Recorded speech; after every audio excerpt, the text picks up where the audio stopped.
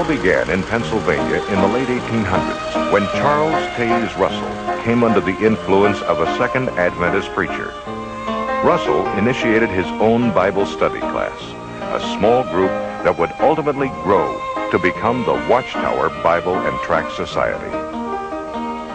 Borrowing directly from the prophetic speculations of Nelson Barber, a New York Second Adventist, Russell claimed that in 1799, the world had entered the time of the end. That in 1874, Jesus Christ had returned invisibly, and that the world would come to an end in the year 1914. In 1879, Russell, then 27 years of age, was so passionately convinced these prophetic dates were given by God that he sold his prosperous clothing business and struck out in a new direction. With very little education or theological background, he began printing the magazine Zion's Watchtower and Herald of Christ's Presence.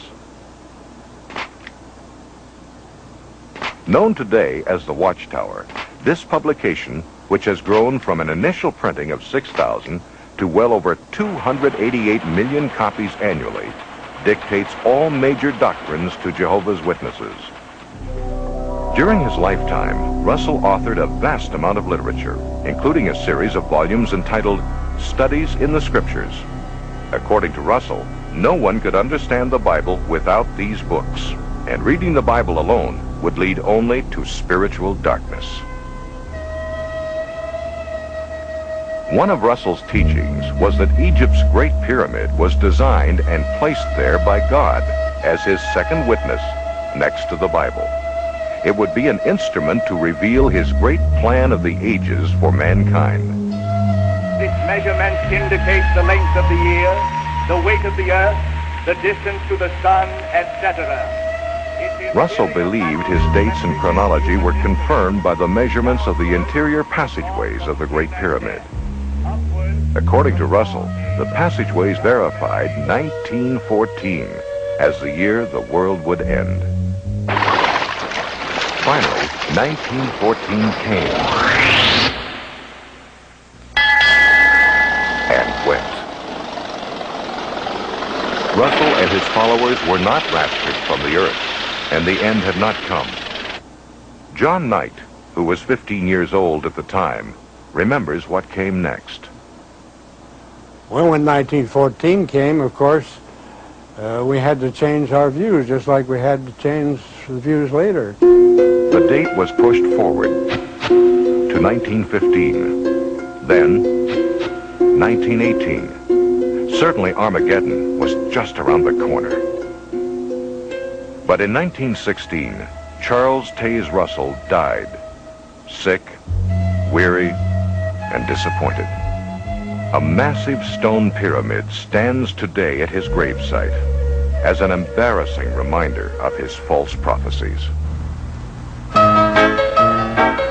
Through hard-fisted, inside political manipulation, Joseph Franklin Rutherford, a Missouri lawyer who had given himself the title of judge, became the second president of the Watchtower Bible and Tract Society in 1917.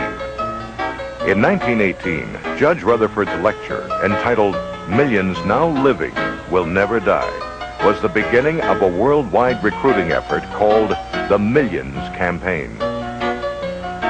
Not too surprisingly, it proclaimed the coming destruction of the existing world. It would happen soon, in 1925. Based upon the promises set forth in the divine word, we must reach the positive and indisputable conclusion that millions now living will never die. In 1920, the Millions book was published. In it, Rutherford claimed the Bible proved that in 1925, Abraham, Isaac, Jacob, and other faithful men of old were to be resurrected, to rule henceforth as princes on the new paradise earth.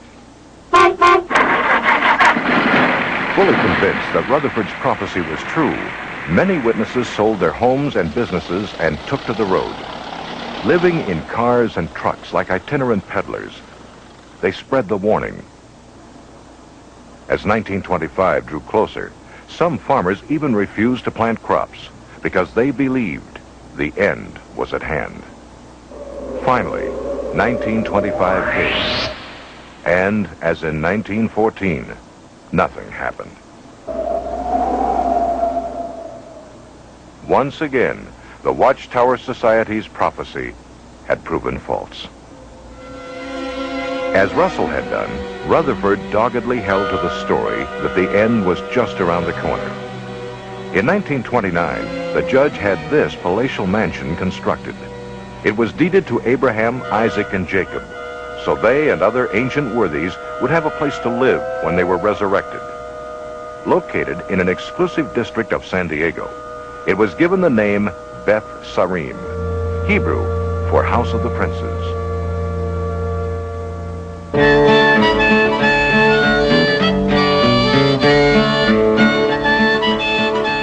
The world entered the Great Depression, but Rutherford lived like a millionaire, spending the winter months at Beth Sarim, summering in Europe. As Americans suffered through poverty and deprivation, Rutherford enjoyed the use of two 16-cylinder Cadillacs.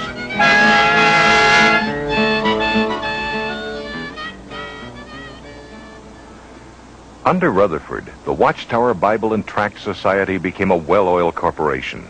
New books, literature, and tracts poured forth in a flood to be sold door to door by faithful witnesses. He drove his followers to labor hard for the Lord. He advised young couples not to marry, but to put all their energies into proclaiming the kingdom. Even portable phonographs were utilized at the doorstep. Because the people have been induced to believe that Christianity and religion are the same thing. Around the world, zealous witnesses paraded in front of churches on Sunday mornings, bearing placards with the slogan, "Religion is a snare and a racket."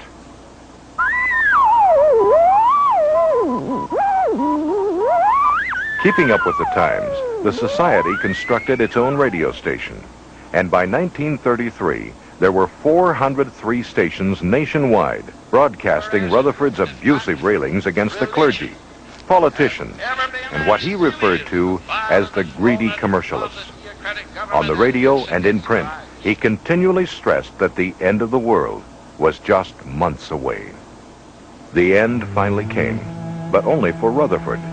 In 1942, he died at Beth Sarim, the house he had built as a luxurious testimony to God's name.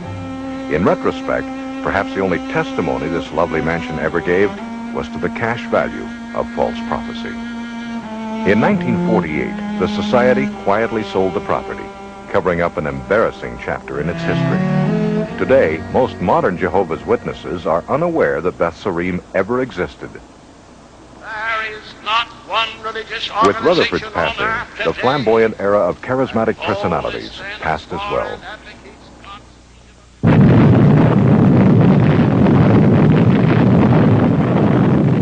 Today, fueled by the anxieties of a nuclear age, the Watchtower Society is a multinational corporate giant, spreading its new message of doom to every corner of the globe. Standing between God and the millions of Jehovah's Witnesses is an autocratic ruling council called the governing body. Because Jehovah's Witnesses believe the Word of God is channeled to humanity through this elite committee alone, these men rule with unchallenged authority. Every witness is subject to their dictatorship, from the cradle to the grave.